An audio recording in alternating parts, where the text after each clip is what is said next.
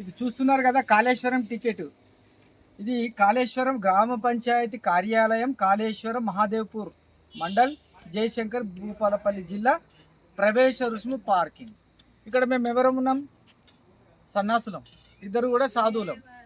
కానీ దర్శనానికి మేము లోపల కాళేశ్వరం నదికి దర్శనానికి వెళ్తూ ఉంటే అక్కడ 100 రూపాయలు ఇస్తే కానీ పంపే ప్రసక్తి లేదు.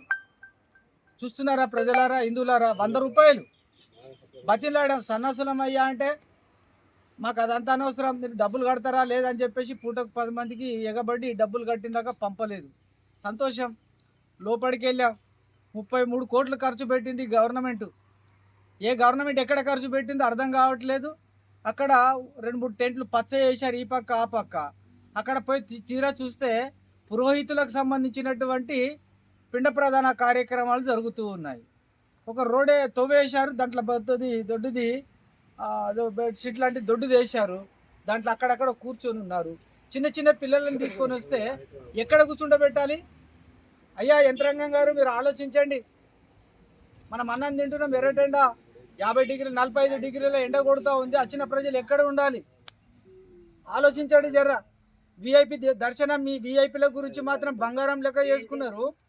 మరి మా అటువంటి బీద వాళ్ళకు వస్తే పూరి గుడిసె కూడా లేదు మాకు.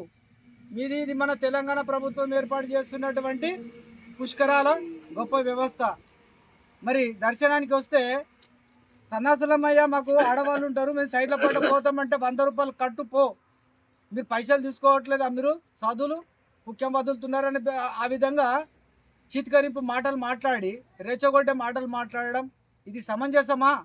ఓ దేవాదాయ ధర్మాదాయ శాఖ మంత్రి గారు ఎక్కడున్నారు? మీరు బిజినెస్ చేస్తున్నారా? ప్రజల దగ్గర 100 రూపాయలు ఉన్నవాడు ఉంటాడు, లేనివాడు ఉంటాడు. ఆలోచించండి. మీరు మానవత్వం లేదా?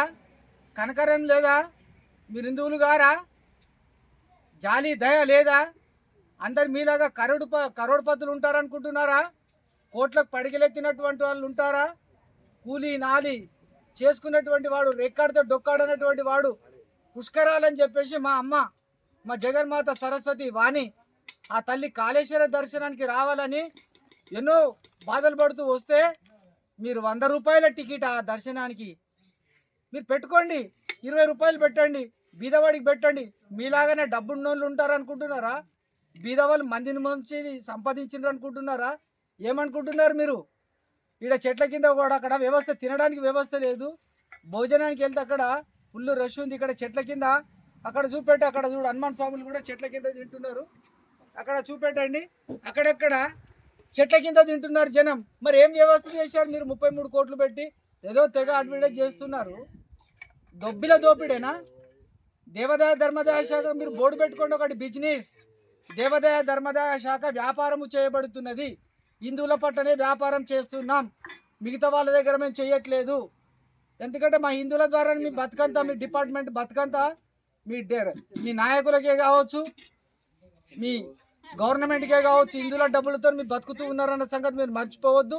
హిందువులారా మేల్కోండి, అందరూ ఖండించండి ఈ విషయాన్ని. ఇది సాధువులుగా ఖండిస్తున్నాం. సాధువులందరూ కూడా లెటర్ ఇచ్చారు, మా సాధువులని తక్షణమే దర్శనాలకు పంపండి అని. అయినా పంపకుండా ఈవో గారు కఠినంగా వ్యవహరించి సిబ్బందిని ఆ విధంగా తయారు చేశారు. దీన్ని తీవ్రంగా ఖండిస్తున్నాం. మేలుకో హిందువా, మేలుకో. ఇటువంటి అధికారులకు తగిన మీరు బుద్ధి చెప్పండి. కాళేశ్వరంకి వచ్చినటువంటి వాళ్ళు కూడా ఎవరు ఊరుకోకండి. ఖచ్చితంగా మీరు బెదిరించి మీరు మన పనులు మనం చేసుకుందాం. హర హర్ మహాదేవ్, హర హర మహాదేవ్.